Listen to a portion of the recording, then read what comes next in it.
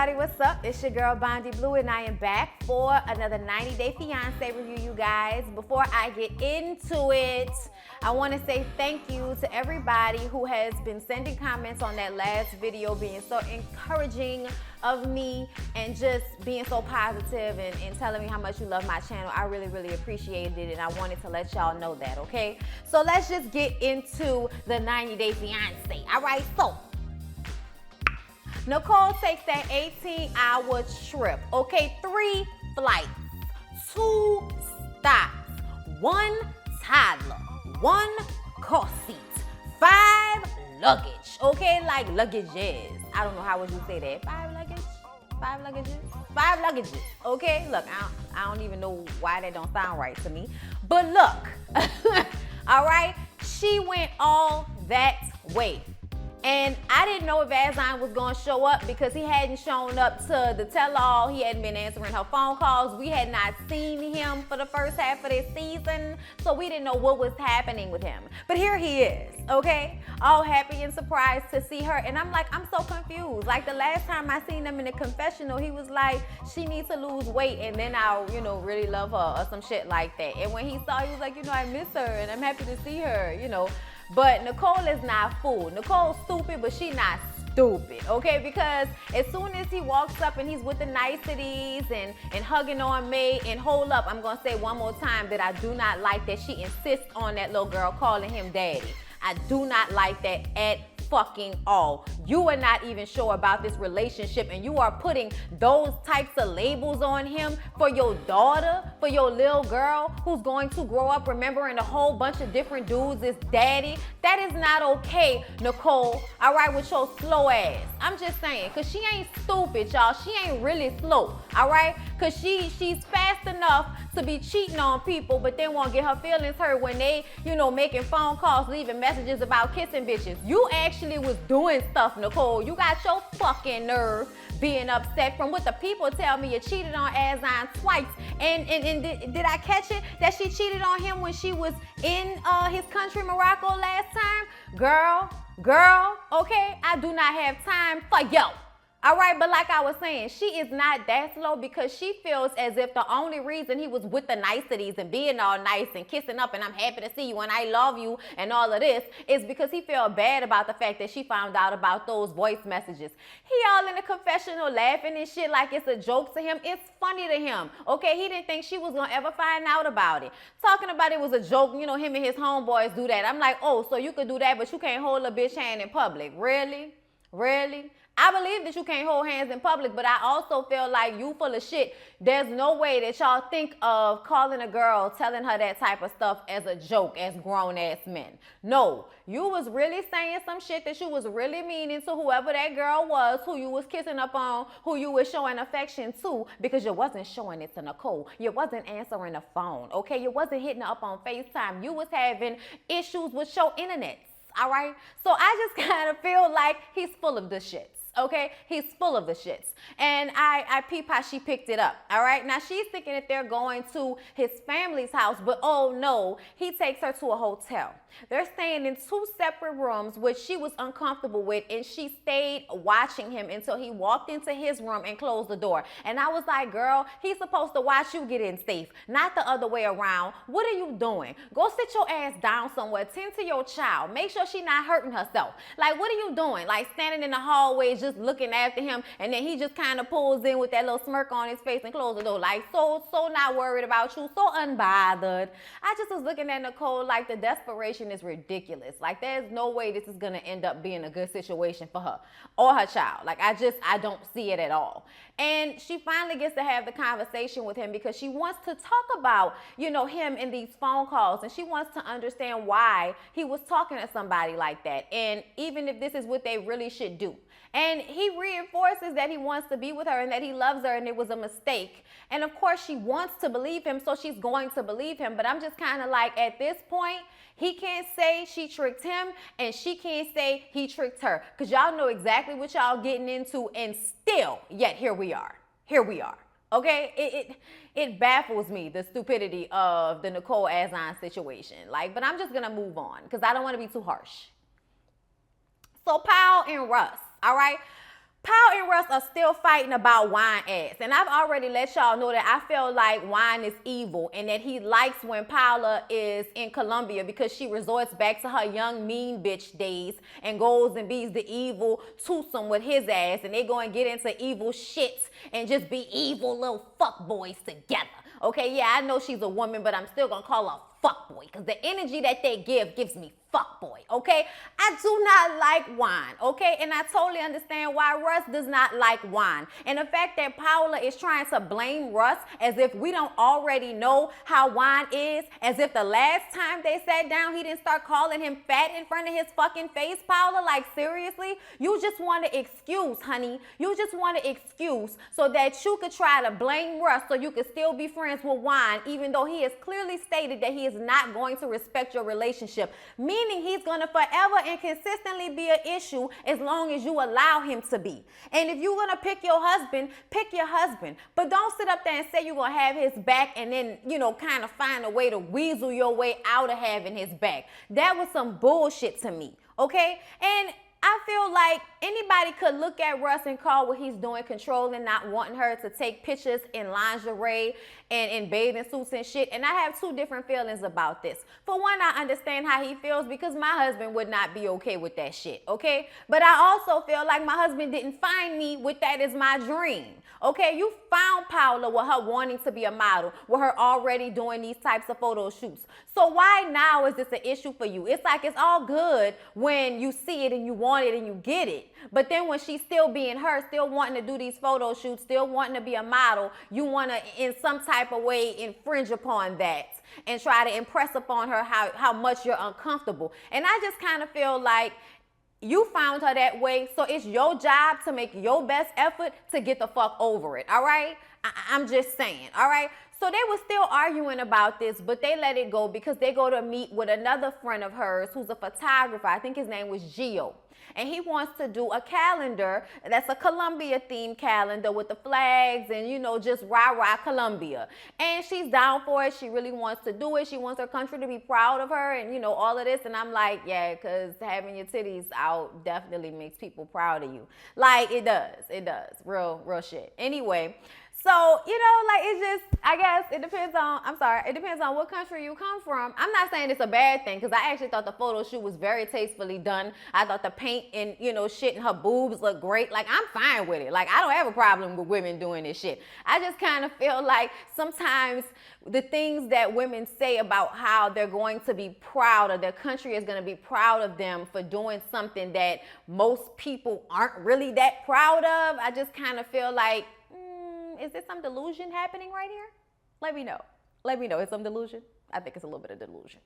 Anyway, so she has this photo shoot. Her parents come, and of course, messy ass fuck boy Wine shows up. He really need to get a life, okay? Because he showed up, and he was happy that she was doing the photo shoot only because he knows it's going to piss off Russ.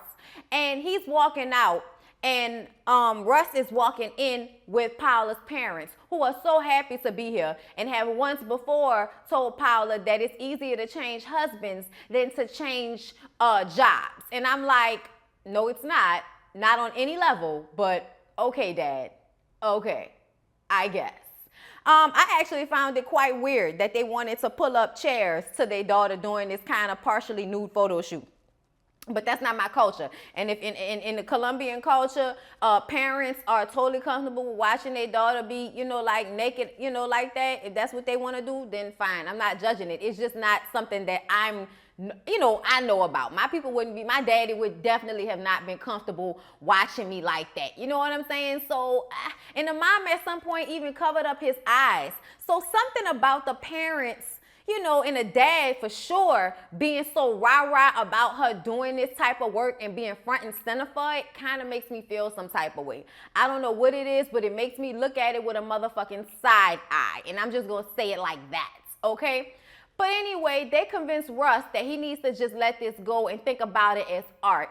So he sits there while she does the photo shoot. And I thought she did great in the photo shoot. I did think it was tastefully done. She had some shorts on and the paint was done really well. So you couldn't really see areola or anything. Her boobs looked great. So I thought it was a success. And Russ seemed to be, uncomfortable, but he was there and he supported her and he was right there to put that robe on her ass after. Okay.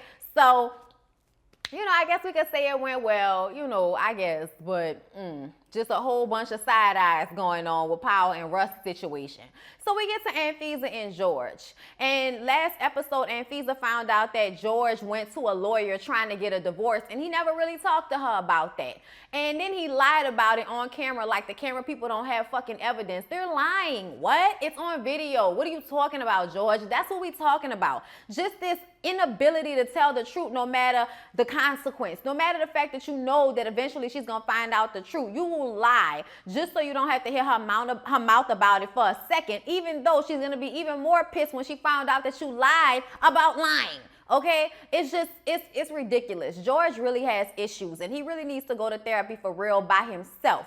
But because I think he has like that narcissistic man thing where he doesn't think anything is wrong with him, he's just gonna not really deal with it like that. And she goes to therapy and just kind of discusses the trust that is missing from their relationship, because it's all based on lies that he's told. And no matter how y'all look at her as the gimme girl, the gimme girl was straight up about gimme. Okay, you can't see somebody as they are, take them for who they are, and then get mad about who they are. Like, that's not how this works. You knew she wanted a certain type of lifestyle. That's why you was okay with lying about it. We get here, you don't have that lifestyle. Then you lied to your family members. You lied on camera about whatever she does for a living.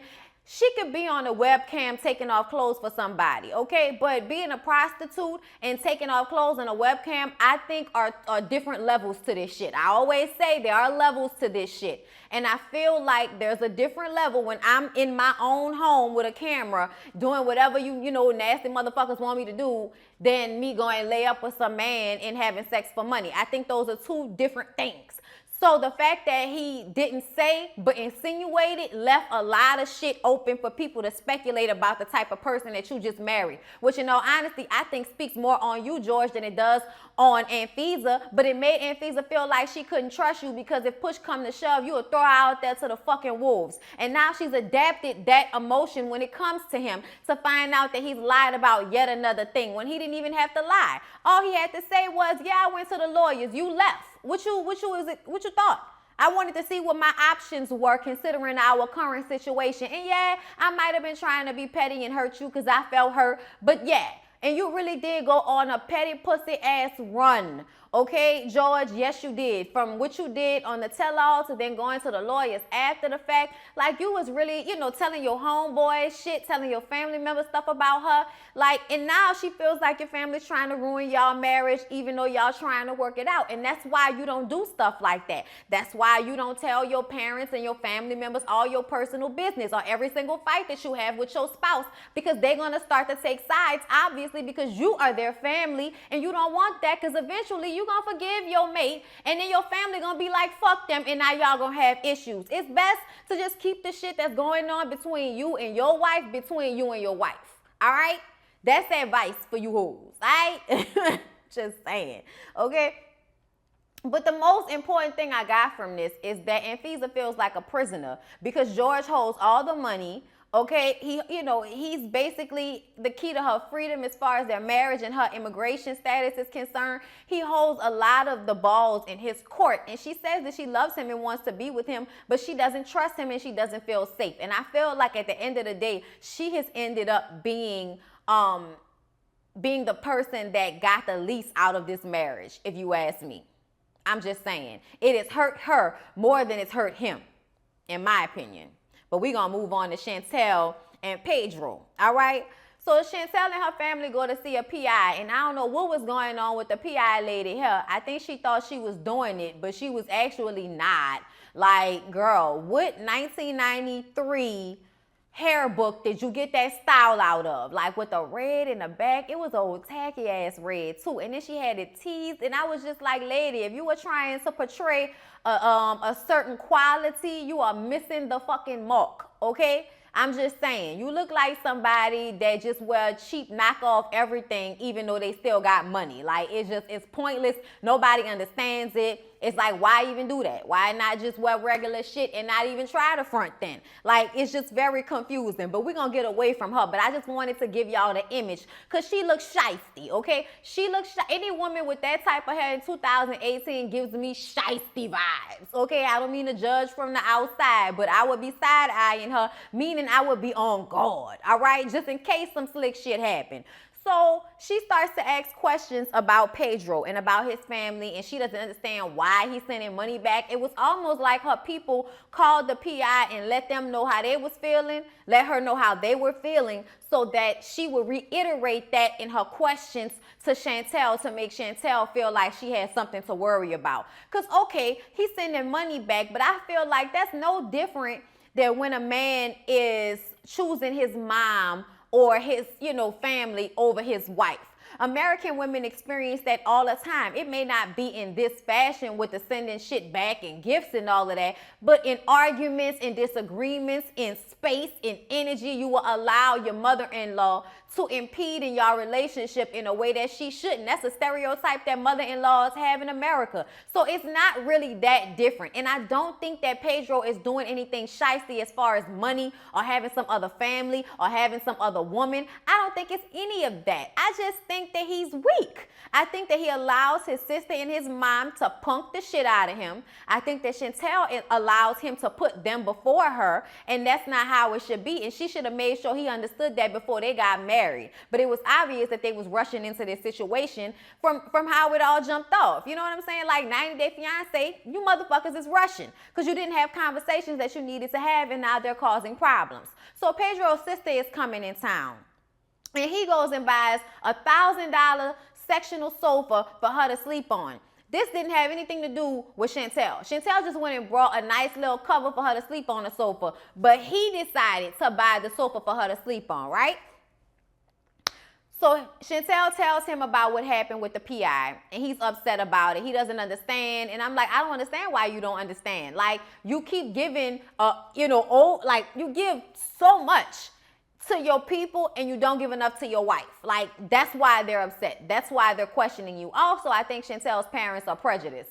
In all honesty, or racist, whatever you want to call it. But I think that where he comes from and his ethnicity, it is what makes, it's what drives them to think that he's doing something wrong. I'm sorry, y'all. I'm trying to get my words together.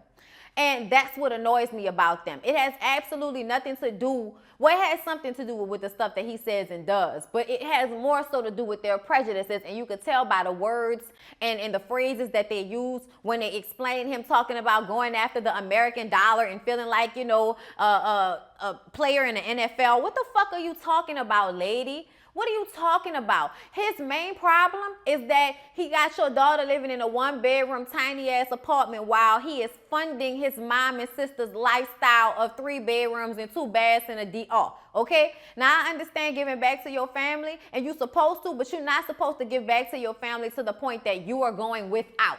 That is the difference. Okay? I don't care what nobody say. That's the fucking difference. If you got it, give. But if you don't have it, like Chantel said, if you are not going to be able to pay the rent because you want to go buy your bratty ass fucking sister an air mattress instead of this $1,000 sofa you just paid for that I told you to send back when they brought it in here and it was too big, okay, then that's a fucking issue. That's an issue, that's a problem. That's not regular relationship issues that you should have to deal with. He is doing the most, all right? And Chantel has a right to feel how she feels. His sister get there. Chantel tried her best to be nice about it. They buy this little bitch 2 bouquets of flowers, a balloon. I'm like, y'all doing the fucking most. She is a teenager. What the fuck do she need with all of this, okay? Like, get the fuck out of here with this shit. Like, y'all really doing the most. What do she need with 2 bouquets of flowers? I'd have gave that little bitch a balloon and some candy. Sit your ass in this back seat while we take you to the cheap ass apartment that your brother allowing us to live in because y'all getting all our fucking money. She gonna come in there and say she not gonna sleep on the sofa. She's not doing that. And was like, you know, didn't like the cover that Chantel had bought for her. I thought it was cute. Once again, bitch, you's a teenager, all right? Like this is the situation. When your brother sending back thousands of dollars to y'all, that mean that we don't have enough money to get a bigger apartment so you could have your own room. She talking about you're on vacation, you want to relax, you want everything to be calm. And I'm like, bitch, you are on vacation because you're not paying for nothing. See how that happened? See how that happened? Like, I understood how Chantel felt. Chantel got her book bag and was like, I'm going to study because this is working on my fucking nerves. And I think that Pedro was the worst part because he was like looking at Chantel like she had the fucking problem. Like she was the issue. Like it was all her fault. And she was like, you can go and buy her that mattress. Go ahead and do what you got to do. But you better make sure you have money for the fucking rent. That's all I know. Okay? And that's because she know how much money he got. And you're going to go spend more money that you don't have because she don't want to sleep on this sectional sofa. I'd have been like, little bitch, figure it out, or you can get on the plane and go back home and your brother can pay for that. But we ain't about to do all of this. Like, it's just ridiculous. I was just, ugh. And then the way she stormed off to take attention away from Chantel was like walked out and he went behind her and was trying to talk to her. And so the little sister jumps up and walks out, and then he follows her. And now Chantel is like, you know what? All right, fuck this. I'm just going to leave. Y'all, that was ridiculous. That's their issue. Their issues ain't nothing more than that. And honestly, I wouldn't want to be with him even with that issue. I wouldn't want to be with him. I don't think he's cheating on her. I don't think he got no other family. I just think he's childish, and he thinks that his family still comes first even though he now has a wife. And that's not how it go.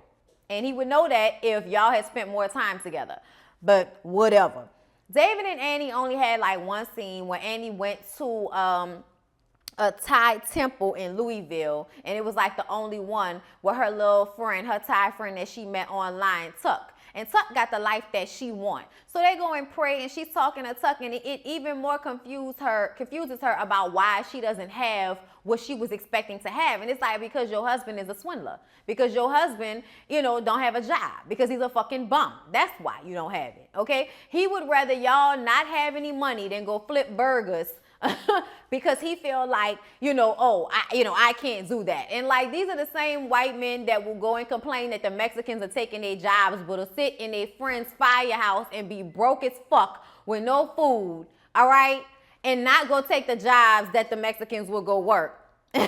Okay? Like, this is them. This is what they like to do. Complain about it and then sit in a fucking firehouse that they can't pay for with no food and be hungry and shit, all because they got too much pride to go work at McDonald's. Girl, you need to leave David. Like, if not for nothing, for the fact that he can't even take care of himself, how he gonna take care of you? Okay? Like, it's ridiculous. If I was her, I would stay married to him, but I would like get out of the assumption that y'all about to have this relationship. You need to go get you a job. You need to stay married to him, stay living with him as much as you can, go get you a little job, stack your money, and that at the time comes when, your immigration status is solidified, divorce his fucking ass. You know what I'm saying? Like, I'm just saying, because it's not like she didn't come here with the intentions on being with him. Why should he block her blessing of coming out here and making a better life for herself because he wanted to be a bum? Like, get the fuck out of here with that shit. I'm just saying, I wouldn't be trying to stay with somebody who was like that. And I don't know if I would be wanting to give up my immigration status for somebody like that. Moving along. So, Molly. Let's get to Molly. Molly is retarded to me because Molly keeps saying shit like, oh, I didn't know he was going to be like this. I'm seeing somebody I've never seen before. And I'm like, girl, why are you lying to yourself? He has been this person as long as I've been watching this shit. Since I watched episode 1. I went back and watched some episodes before. I watched the tell-all and watched y'all sitting next to each other and Judge Nicole and shit. No, girl, he has been this guy. And you just didn't want to see it. And now that your children are involved, you are being forced into a corner because you know it makes you look like a bad mother if you continue to pick a no good, do dirt dude over your kids, okay? And to me, the fact that you was even trying to call him and see where he had went and all of this. So let me tell y'all what happened. So last episode, he in the house playing loud music, locked in one room, don't want to talk to her. She busts in a room. He's trying to close the door on her. He's trying to call the police on her. I'm like, why are you trying to call the police? Are you confused about where you are and what is happening right now? Like, are you confused? Because if you knew better, you would not be trying to call the police in Texas. Okay, like I'm sorry, in Georgia, in Atlanta, whatever, in the South. You might not want to call the cops under current immigration situations. You might want to chill the fuck out. Like, I think you're confused about where you at. All right? Stupid ass. Anyway, I'm just saying, like, who calls the cops when they are immigrant from another country during a time when we trying to get rid of immigrants in this country? Like, what is you doing? Like, you sound stupid. Anyway, so all of this was going on. I guess she goes to work, comes back home, and he's disappeared. He's gone. And she's like, what the fuck? So she calling him. He done trashed her place, left one little raggedy ass Dominican shirt or whatever, and he don't want to talk to her. So he hang up the phone in her face. She called him. He sent her straight to voicemail. She leave a message talking about, you know, you laugh and you didn't say anything. This is not how you do it. So if this is what you're gonna do, then that just tells me a lot about you. And I'm gonna go to a lawyer and try to get the papers filed. And I'm just like, did you need to announce that to him? Did you need to call him multiple times to tell him that through a message? No. He got his shit and he left. So now you do what you have to do. You didn't have to give him any fucking notice about that shit. Like, really? It's just, it was just kind of thirsty to me. Like, at this point, he just trashed your shit and you want an explanation, even though you wanted him out your house the last time we saw you. She goes to the lawyer and, just basically decides that she is going to go through with the divorce, but she doesn't know how it's going to affect his immigration status. So she needs to go see an immigration lawyer, but she just wanted it to be clear that she wasn't being vindictive. And I feel like if you're trying to get him out the country just because you don't want to be with him anymore, I think you are being vindictive. I think that when you decide this relationship isn't working and now you want to act as if you have no fault in this situation, like you were so unaware of the type of person he is. You were aware and you still went through everything you went through to get him here. And now that it's not working out, and I honestly feel like he thought he was going to be able to deal with it, and then he realizes that this is something that Molly has done to her children before, so they're not going to have a good reaction to your ass, especially the way y'all just done this in 90 days. Okay, so I just kind of feel like when you go after his immigration status as a result of now wanting to divorce him, how can you say that you're not being vindictive? You are. Come on, get the fuck out of here with that shit. Anyway, you guys, please don't forget to check down below in my description box so you can see Scent Bird, I smell good, bitch. Okay, so you can see the link to that to get 15% off your first month. Also, so you can get the email to my credit repair service. And also, I am looking for agents to sign up for an at-home business. Okay, only serious inquiries. Email BONDY.BRITTANY@gmail.com if you want to make some money, all right? So hit me up.